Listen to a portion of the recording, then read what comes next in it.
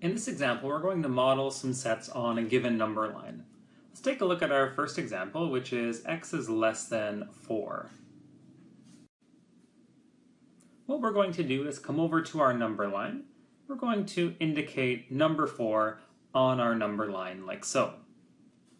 Recall that if we have a set containing a less than or greater than sign, we're going to use an open circle to indicate that.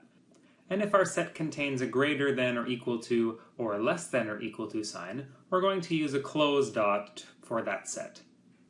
Since the set that we're working with is x is less than 4, this means we're going to have an open circle at the number 4. And we're interested in all of the x values that are less than 4, and that is this side of our number line. Next, to model x is greater than or equal to 4, we're once again going to come over to our number line. We're going to indicate the number 4.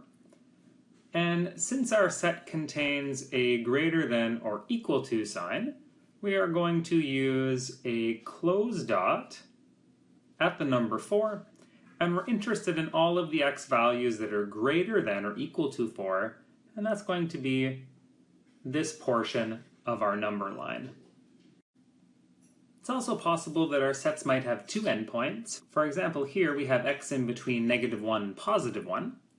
In this case, we can plot both of our endpoints on the number line, -1 and +1, and then take a look at our signs to determine whether or not we need an open or closed circle at these endpoints.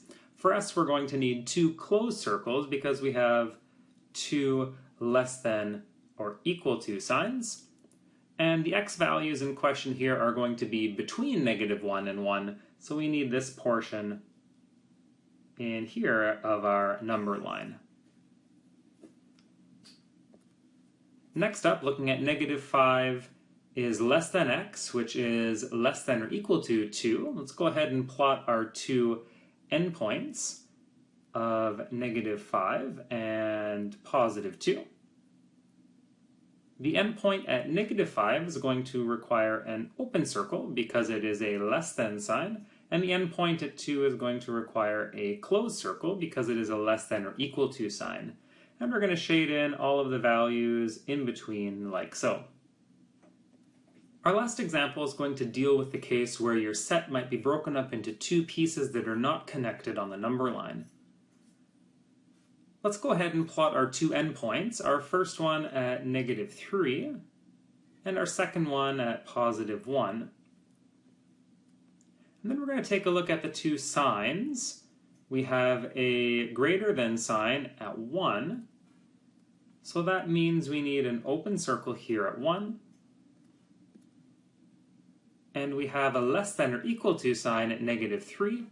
So let's go ahead and put in a closed circle at -3.